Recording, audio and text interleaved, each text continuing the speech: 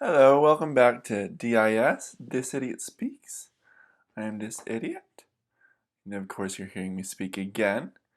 This week we are going with the Sorcerer. This one is called the Blood Magic one. So without further ado, let us go. Blood Magic. Blood magic, also known as hemomancy, is a special subschool of necromancy that focuses on the manipulation of a creature's life force through their blood.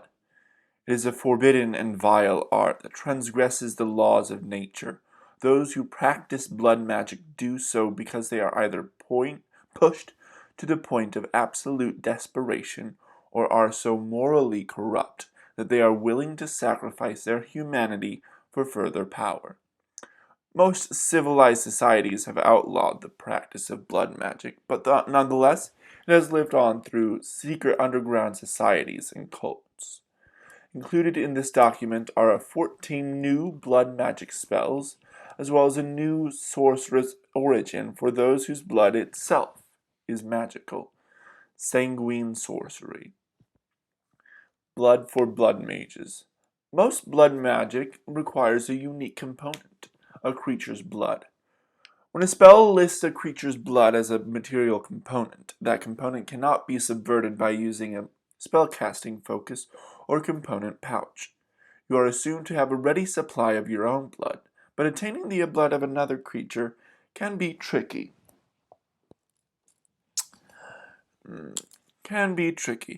As an action, you can make a DC 10 Wisdom Medicine check using a set of appropriate tools to extract a single dose of blood from a willing, restrained, or incapacitated creature.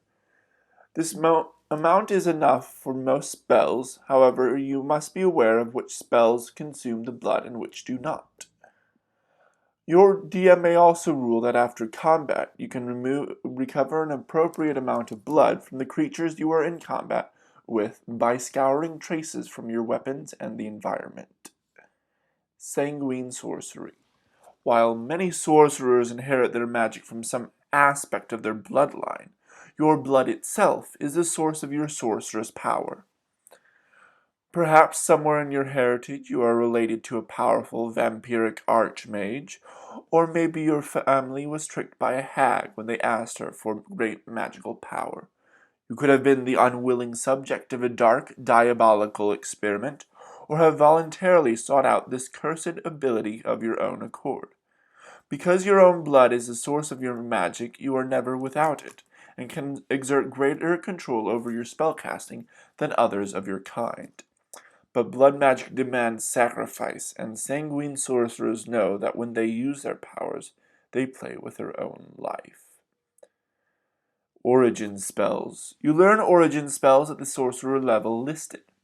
If the spell is not ordinarily on the sorcerer spell list, it is nonetheless a sorcerer spell for you. Sanguine sorcery spells. At first level, you get inflict wounds and detect poison and disease. At third level, you get protection from poison and splatter spike, which is a new spell. At fifth level, you get life transference and vampiric touch. At seventh level, you get blight and crimson impaler, which is another new spell. And at ninth level, you get crimson rain, which is a new spell, and enervation, which I believe is a regular spell. Arcane Blood. At first level, when you can use your own vitality to fuel your spell casting. When you cast a sorcerer spell, you can choose to use your own blood instead of a spell casting focus or a component pouch. When you do, you take necrotic damage equal to the level of the spell. If the spell is on your origin spell list, you do not take this damage. Blood Armor. Starting at first level, you can use the magic imbued in your blood to ward you from harm. As an action, you can wound yourself and draw blood from your body. When you do, you take any amount of necrotic damage that does not exceed your level in this class.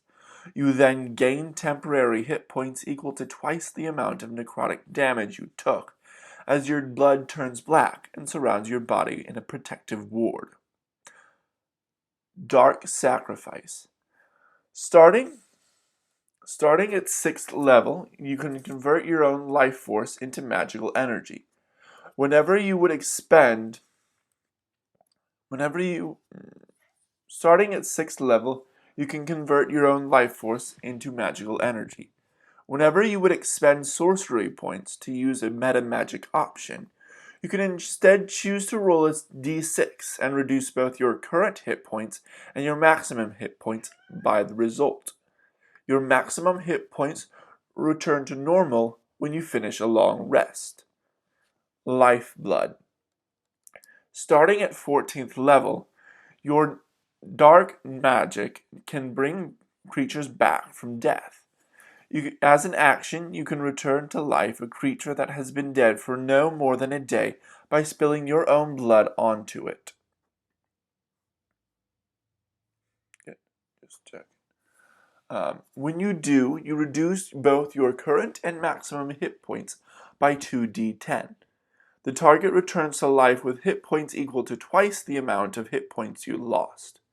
This feature can't restore any missing body parts, but can return an undead creature to life. Your maximum hit points return to normal when you finish a long rest. Blood Puppets. At 18th level, you have mastered the art of controlling living creatures through their blood.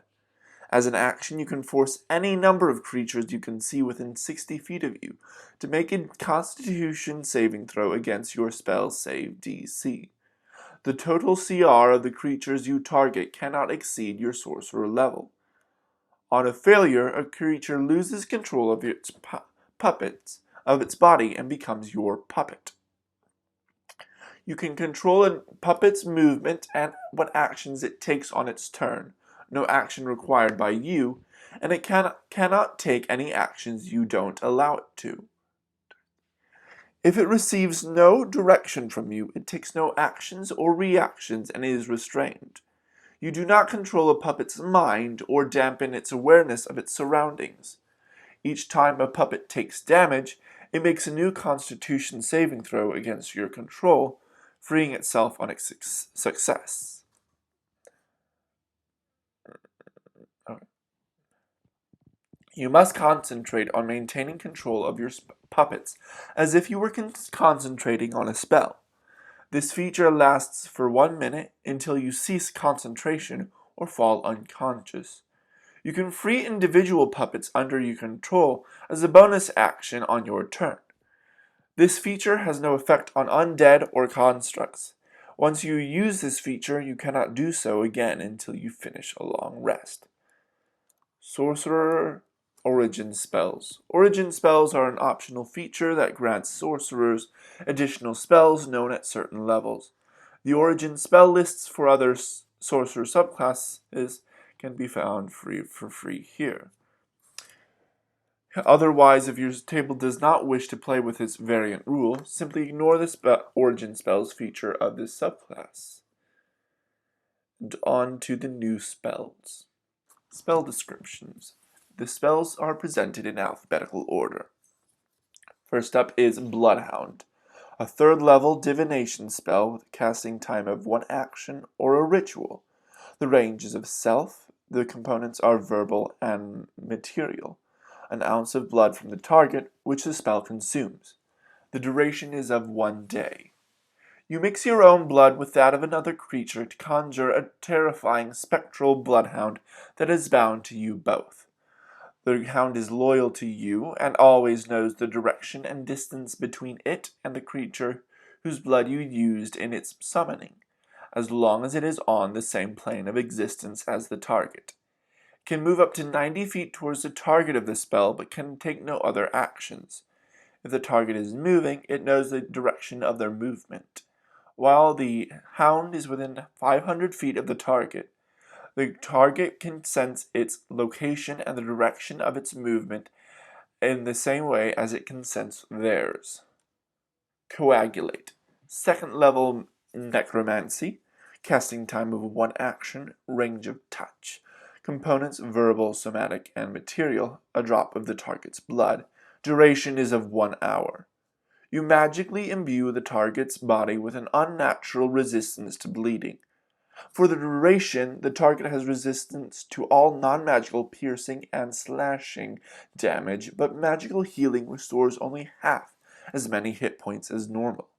At higher levels, when you cast this spell using a spell slot of 4th or higher, the target has resistance to all slashing and piercing damage. Crimson Impaler, 4th level Necromancy. Casting time is of 1 action. Range is of 60 feet.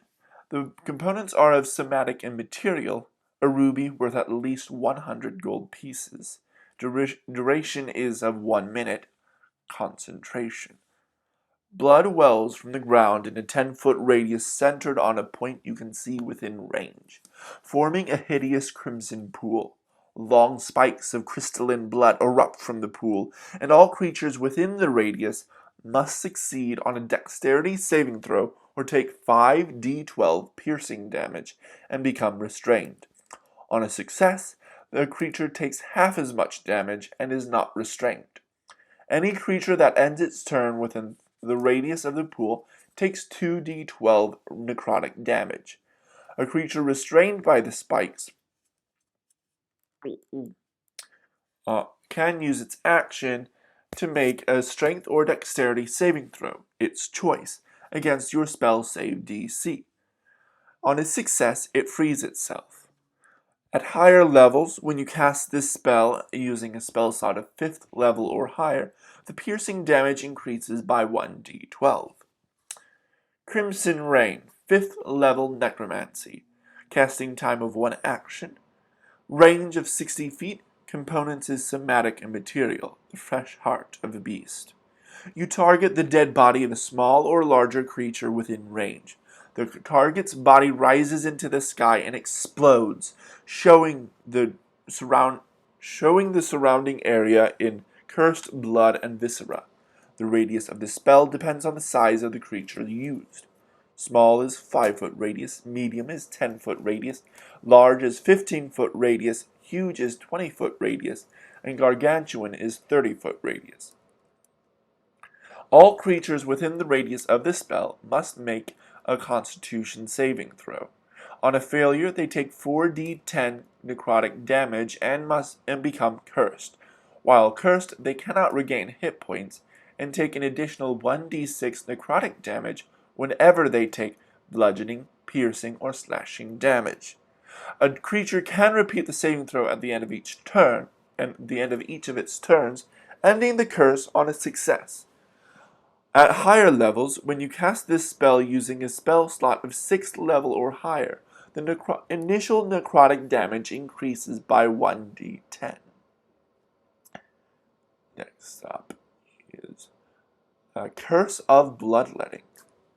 3rd level Necromancy. Casting time is of 1 action. Range is 60 feet. Components is somatic and material, a silver dagger, and a splash of your blood. Duration is of 1 minute. Concentration. You pierce your palm, drawing your blood out into a dart and hurl it at a creature. Make a ranged spell attack against a creature you can see.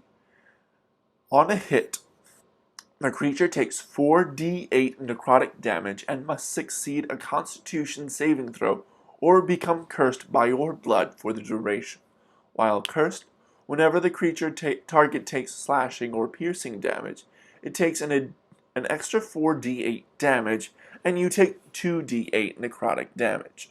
At higher levels, when you cast this spell using a spell slot of 4th level or higher, the damage from the blood dart increases by 1d8.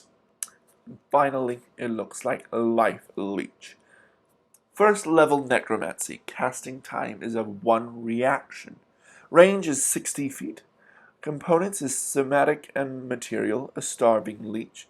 Duration is instantaneous. You drain the blood and life energy from a creature in its last moments. When a creature dies within range, you regain a number of hit points equal to 1d12 plus your spellcasting ability modifier. This spell has no effect on undead or constructs. At higher levels, when you cast this spell using a spell slot of 2nd level or higher, the healing increases by 1d12 for each slot level above 1st. Reflavoring for blood magic. The spells provided in this document were designed to fill specific mechanical and thematic ideas that were not covered by the spells currently in the game. However, do not limit your blood magic to only using the spells in this document. You can change the way you describe many spells to change them into blood magic for your character. For example, you could be controlling the blood of creature under the effect of your hold person, or you could create a clot in their brain when you cast the Mind Spike spell.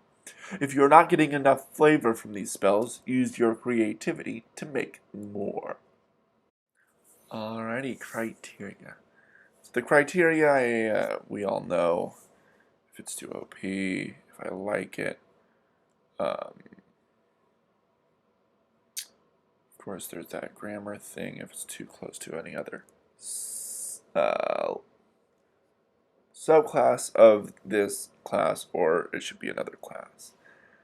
If I like it, what I think of it and the story and the tale it tells. I like it. I think the story and the tale the narrative is really interesting. Definitely is making it very dark, but I feel like blood magic doesn't have to be all dark. I know there was a class that I'll probably review sometime in the future, which is called the Blood Weaver, where one of the subclasses is about like healing, which is really interesting. Let's see if I think it's too overpowered. So the spell list I think is good, makes sense. Yeah, I just want to make sure that Splatter Spike. Is there a Splatter Spike? I guess he doesn't have Splatter Spike here. But he has Crimson Rain and Crimson Impaler. 7th and 9th, so that'll be 3rd and 4th. 4th? 5th, okay. Close-ish. Okay. So I like those. I think that makes sense. I'm not sure what the Splatter Spike is. Must be something else. Arcane Blood, I like that. Using your own blood instead of a spellcasting focus. Makes it very much more versatile.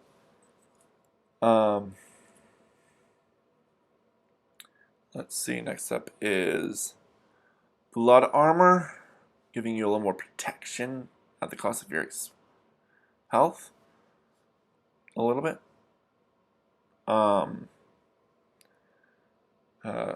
Dark Sacrifice, I like that too. Converting your health into meta magic, which is cool. Lifeblood, I really like that because it shows that you're not only dark and edgy and all that fun stuff, but you can heal people who've been dead using your own health, which is really interesting. I really like that. Blood Puppets is extremely dark. Does seem a bit overpowered, except that the total CR and it's within 60 feet of you. There's no action required by you. But you are also at pretty high epic levels of play, so it makes sense that it's supposed to be super powerful. Let's see here. The spells themselves. Got Bloodhound, which is cool. It basically tracks down a target. Coagulate. You can kind of buff a target, which is kind of cool. Crimson and Impaler is cool. Area of effect that just keeps doing damage with crystalline blood spikes, which is very interesting. Crimson Rain is very gory, very interesting. One little grammar thing is I think it should be showering the surrounding area instead of showing. It's probably what he meant, or they meant. Curse of Bloodletting, that's pretty cool. Giving more damage to someone else, but you also would take some damage.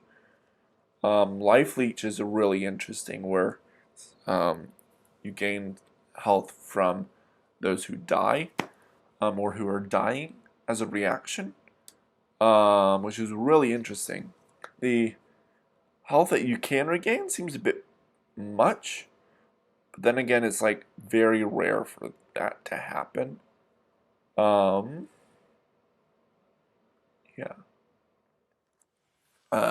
If it's too close to another sorcerer subclass, I don't think so, really, actually. If it should be another class, I don't think so either. It seems pretty short. Maybe it is. I don't know. It is kind of short. That's all right. I did find this one also on Reddit. The creator designer their names are Drew Sweet and Christopher Pacca. I'll put their names in the description along with a link to the post. Yeah. So this was the Blood Magic Sorcerer. It's very interesting, very dark and gritty subclass that could be very interesting. See, yeah. Next week, a little sneak peek. So we're going to be doing the Warlock next. Let me just read over it a little bit.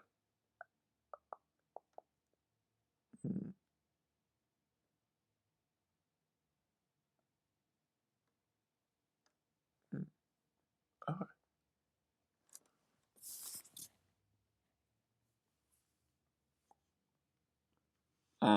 The Warlock is called Warlock. The patron is the subclass is the Fiend Lord Patron. A little what should we call it? Sneak peek of the Fiend Lord Patron is it looks like you can summon. The main thing is like summoning a devil and changing damage types and like controlling the devil you summon, which should be interesting. So join me next week for that. If you enjoyed this episode, this video, please give it a thumbs up. If you're interested in watching more, make sure to subscribe and click the notification bell because that's apparently a thing. Let's see here. If you thought that my words, my ideas, my comments, my review is